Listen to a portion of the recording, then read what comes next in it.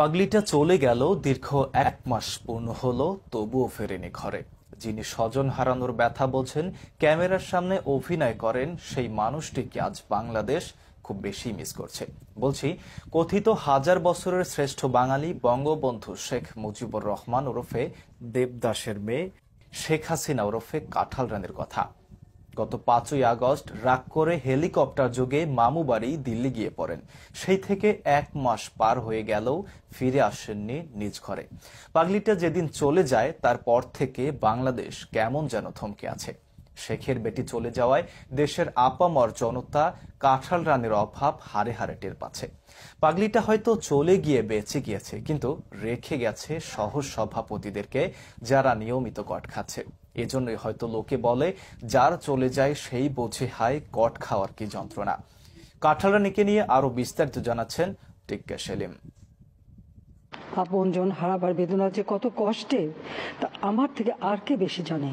স্বজন হারানোর ব্যথা বুঝতে পারে এমন একজন দেশ দরদি জননীকে এই বাংলার নিষ্ঠুর মানুষ বুঝতে পারল না। শেখ হাসিনা পালিয়ে গেছে, শেখ হাসিনা নাই, শেখ হাসিনা চলে গেছে, শেখ হাসিনা পালায় না।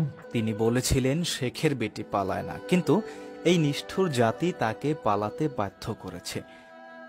দীর্ঘ 1 মাস হয়ে গেল পাগলিটা বাসায় ফেরে না। কোথায় আছে, কি করছে, কি খাচ্ছে না খাচ্ছে, এই চিন্তায় ঘুমোতে পারছে না হাজারো সহ সভাপতিরা। পৃথিবী বিখ্যাত সেরা অভিনেত্রীর অ্যাওয়ার্ডটা যখন হাতের নাগালে, ঠিক তখন এই দেশের জনগণ এক কলঙ্কিত অধ্যায় রচনা করে। যেই আগস্ট মাসে জাতি কাঁঠাল রানীর পিতাকে হারিয়েছিল, সেই আগস্টেই জাতি দেশরত্নকে হারিয়েছে, হয়তো চিরদিনের জন্য, কারণ বয়সটাও যে বড্ড বেড়ে গিয়েছে। কাউকাদের বলেছিল শেখ হাসিনা হারিয়ে গেলে জাতি বুঝবে শেখ হাসিনা কি জিনিস। সত্যি জাতি তা আজ হারে হারে টের পাচ্ছে। কাঁঠাল রানীর থাবা থেকে জাতি মুক্ত হয়েছে, এর চেয়ে জাতির আর কি বা পাওয়ার থাকতে পারে।